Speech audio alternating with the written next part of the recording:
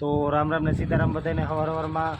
અને મારે તમને આજે એક પ્રશ્ન પૂછવાનો છે કે અમે બેરલ લીધા છે, આમાં સુગંધ નથી જાતી. ગરમ પાણી નાખ્યું, પાવડરનું પાણી નાખ્યું, બધું કર્યું તો સુગંધ જાતી નથી. હવે આમાં જો દાણા ભરીએ, આપણે અનાજ ભરીએ તો પછી સુગંધ અનાજમાં બેસી જાય અને રોટલામાં આપણે સુગંધ આવે. એટલે તમને કોઈને ખબર હોય, તમને કોઈને માહિતી હોય તો પ્લીઝ કોમેન્ટમાં જણાવી દેજો કે આને સુગંધ કાઢવા માટે શું કરવું પડે અંદર બેરલની. તો કોમેન્ટમાં જણાવી દેજો. અને મારો તમને વિડીયો ગમતો હોય તો લાઈક કરી દેજો, શેર કરી દેજો. અને જો મિત્રો, અમે લીંબુડી મારી સારી ગ્રોથ કરી ગઈ, અને આ લીંબુડી તો બહુ મોટી થઈ ગઈ, આમ ગ્રોથ બહુ સારો આવ્યો. તો જો આમાં ઈયળ એકાદી લાગે, પાંદડા ખાઈ ગઈ. અને આનું આપણે કટિંગ કરી નાખ્યું ગુલાબડીનું, કારણ કે વરસાદ નજીક આવી રહ્યો છે અને તોય કૂપણ ફૂટવાનું ચાલુ થઈ ગયું. ને આપણે એનું કટિંગ કરી નાખ્યું.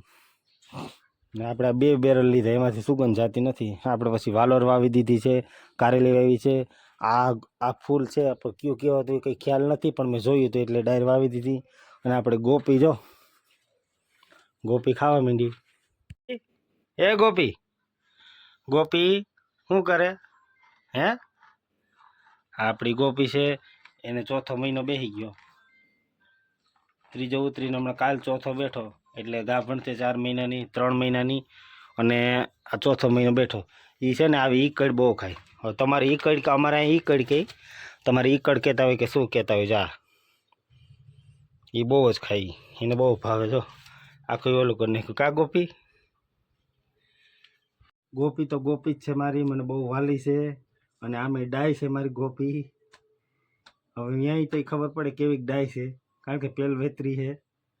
એટલે વ્યાય ને ત્યારે દોવામાં કેવી છે એ તમે તો આમે વ્લોગ મૂકી એટલે એમાં જોઈ જ લેજો.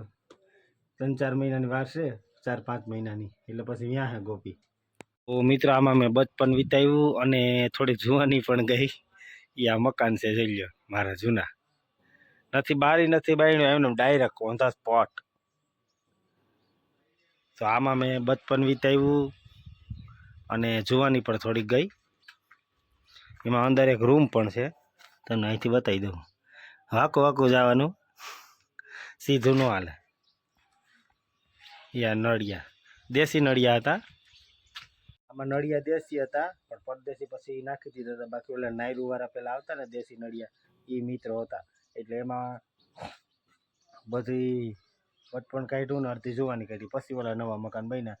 ત્યાં લગી આમાં આમ તો મજા આવતી બહુ. તમને જૂના મકાનનો પાછળનો ભાગ બતાવું. મેં આગળ બતાવી તમને જૂના મકાન. આ છે મારા નવા મકાન.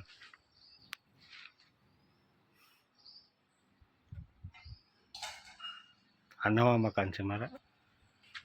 તો મિત્ર, આવું હોય સમયની વાત છે. સમયમાં ગરીબી ભોગવવી પડે, અને હવે કંઈ વાંધો નથી. આમ બહુ કંઈ વાંધો નથી, એમ મીડિયમ. તો તમને મારે વ્લોગ ગમતા હોય, વિડીયો ગમતા હોય તો લાઈક, શેર, સબસ્ક્રાઈબ કરી નાખજો અને ફોલો કરી નાખજો. રામ રામ ને સીતારામ.